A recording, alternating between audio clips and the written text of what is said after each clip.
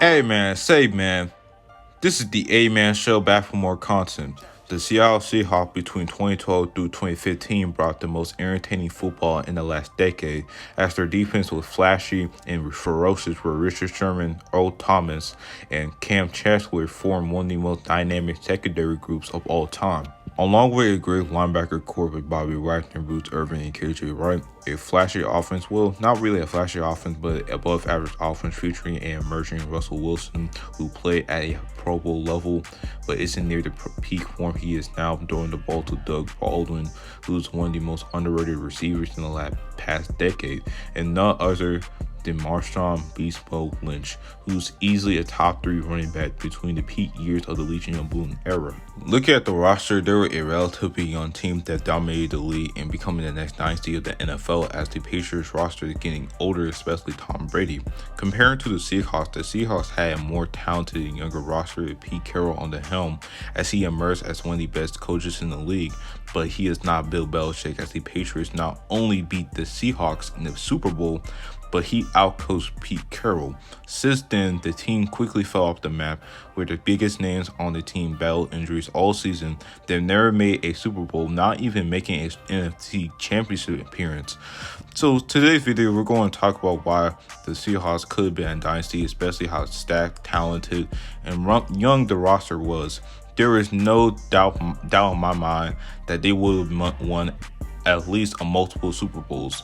If you like my video, then subscribe to my channel for more NBA and NFL content. My goal to hit 100 subscribers by the end of June, and click on the notification bell on the right hand corner if you want to be notified and not miss any of my videos. Anyway, stay tuned to the video. I paid my dues, now I'm a made man. I caught my fade, now I'm a made man. You never see me again. I got the juice, now I'm a made man.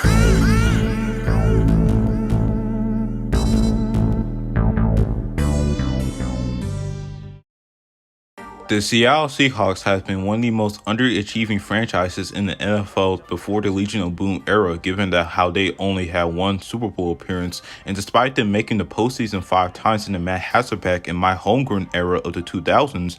However, when Pete Carroll was hired as head coach, he began to turn things around as he drafted Earl Thomas from Texas, who will later be an integral part of the defense later on, and drafted 5th rounder Cam Chancellor. Although he didn't produce right away, in fact, he barely even played a snap, while Thomas was productive out of the gate as he had 76 total tackles, 7 passes defended, and 1 forced fumble.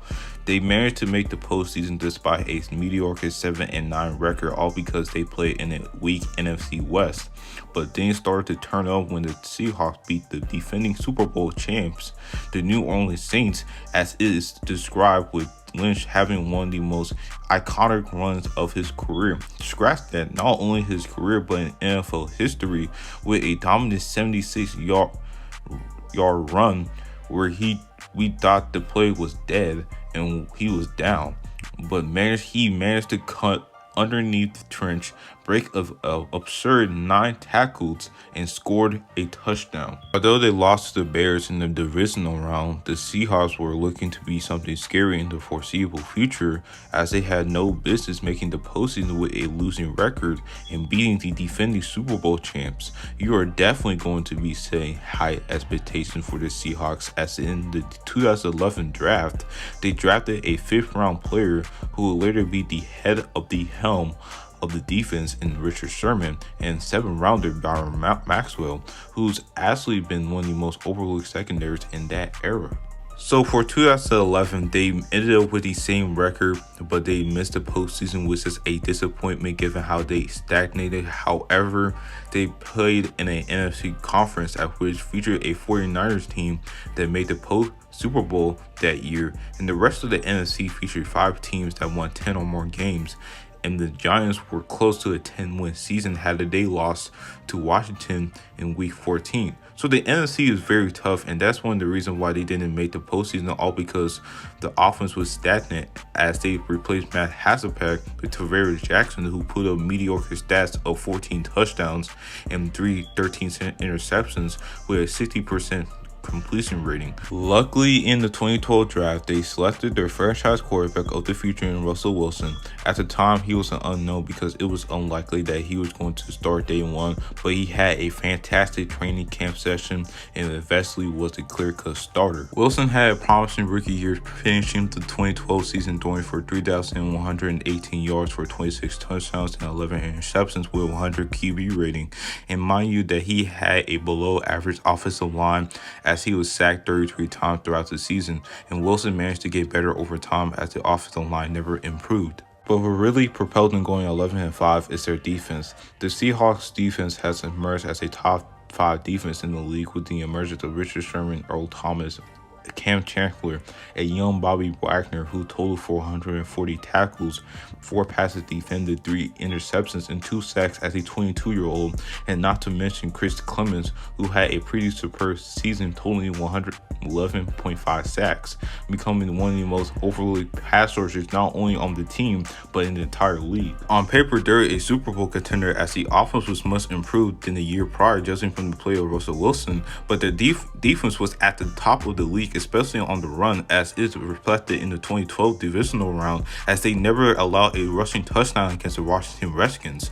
However, in the divisional round against the Falcons, who were the first seed in the NFC, they were down 20 points but came back, but a horribly timed timeout was called, and not only cost them the game, but cost them a trip to a Super Bowl, because they were up 1 point in the last 2 minutes of the fourth quarter, and that time you shouldn't make any timeouts, especially on defense where you're trying to defend the lead. Fast forward to 2013, where they finally broke out as they won 13 games, and for the defensive side really cemented themselves as the best defense in the league, as only 3 players, like I mentioned before, Cam Chancellor, Richard Sherman, Earl Thomas, they were a given, and the rest of the players such as Bobby Wagner played at a Pro Bowl level who didn't make it to the Pro Bowl.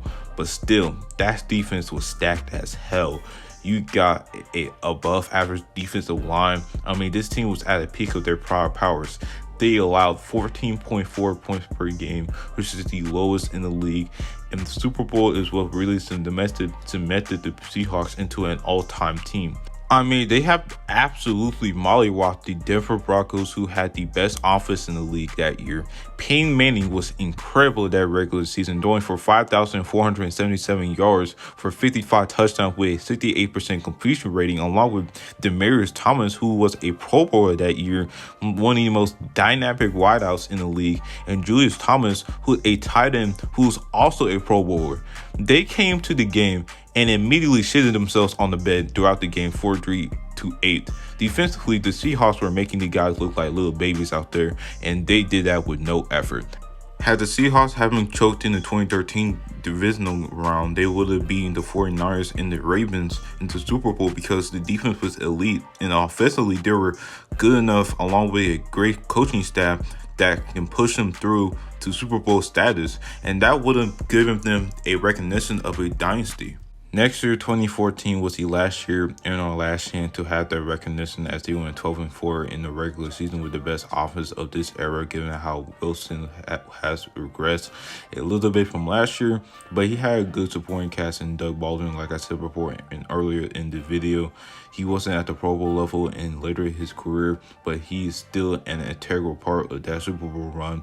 And you also got guys like Jermaine Kearse, Ricardo Lockett, role players, and After's online. It's the defense is what propelled him into another Super Bowl berth, as they were the top defense once again as he faced the Patriots in Super Bowl 49. Russell scored a key touchdown to keep them at the advantage, but let me remind y'all, they're going against the GOAT Tom Brady, and we all know how clutch Brady is in the fourth quarter, and defensive breakdowns led them to giving up a touchdown. But the Seahawks had a chance to seal the game at the red zone, but they called the worst play in Super Bowl history. Nah, that's actually Pete Carroll who called that. By deciding to throw the ball instead of running the ball to Marshawn Lynch, who is known for trucking literally everyone, and that obviously cost him a Super Bowl. Despite having an all-time defense who is still at their primes, despite having a 12-4 record, that call literally became the downfall of the Seahawks, because they never came back from the disappointing loss. As in the following seasons between 2016 through 2018, the defense battled injuries such as Cam Chancellor, who suffered multiple neck injuries and now recently retired, and Richard Sherman suffered an Achilles tear, and Earl Thomas suffering a broken tibia that resulted in them losing the divisional and wildcard games in the last 4 seasons. And right now, Russell Wilson is still the last man standing from that era and is now one of the most highest paid quarterbacks in the league. I feel like the Legion of Boom era was an underachievement because they had all-time great defense with 4 Pro Bowlers and Wagner, Sherman, Chancellor, and Thomas. And keep in mind, all of them at once in their career made first-team All-Pro, and 3 of the guys I mentioned, Bruce Irvin, KJ Wright, Michael Bennett, which they acquired in free agency, all of these guys are at least top 15 to 20 at their position.